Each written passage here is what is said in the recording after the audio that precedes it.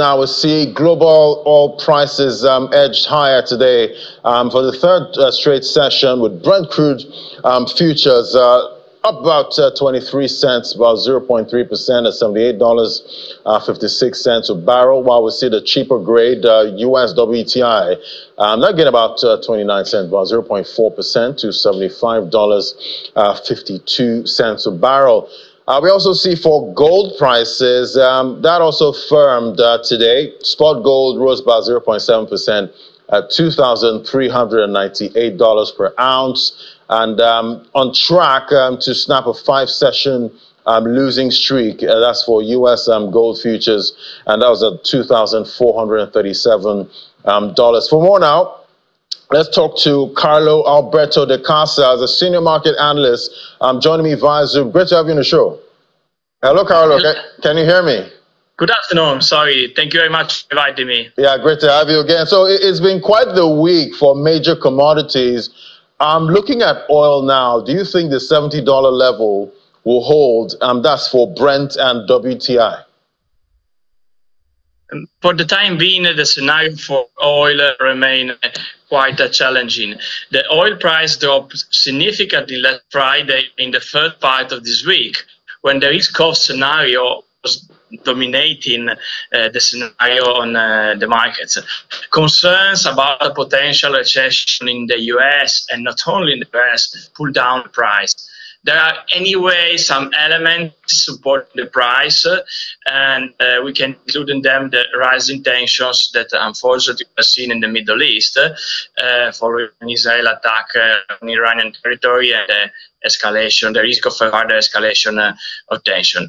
What we have seen in the last few days is a rebound of price of oil, with the WTI that found an interesting support level in the region of $72 per barrel. The overall scenario remains relatively weak, but anyway, the price, I'm talking about the WTI, so the US oil, has managed to find an important support to generate a solid support zone between $72 and $72.50 per barrel. The rebound we're seeing in the last days found a resistance being curbed by the level of 76, and we have a following resistance area, 76.8.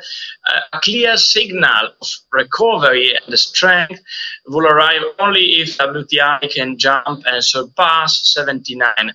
For the time being, this does not seem the most likely scenario, even because, as we said a couple of minutes ago, the world is still fearing risk of recession. What does it mean? In case the US demand of oil, China demand, and Africa demand, and Europe demand of oil is slowing down, we could have some trouble, we could have some problem for the price. Of course, the OPEC Plus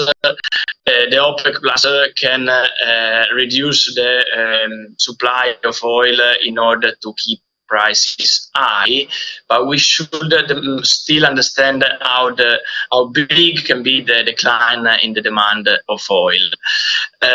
For the time being, in the first part of the week, where markets were strongly in red, and these come mostly from Asia. We had the Nikkei, the Japanese Nikkei, that lost more than 12%, 5% on Friday, 12% on Monday, and this was mostly due to the end of carry trade, as the Japanese central bank is increasing rates, while other central banks, particularly US, is expected to cut rates in the next few months, in September already, and European Central Bank as well.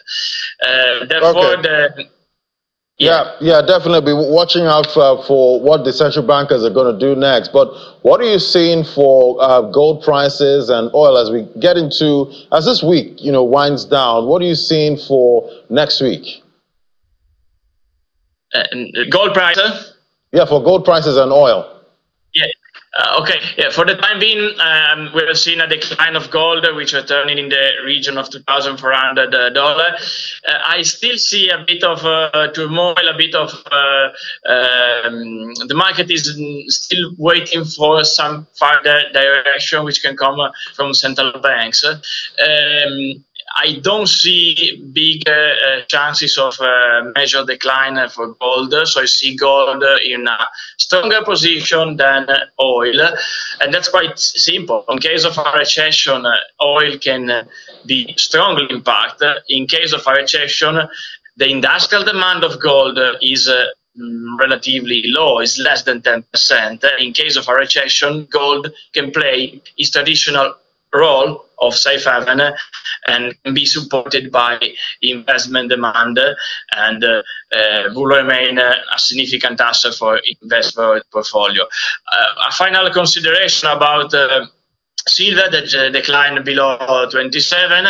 It can be interesting because silver is coming close to a strong support zone, which is represented by the level of $26, and the price lost almost 20%, more than 15% from the recent top at 32.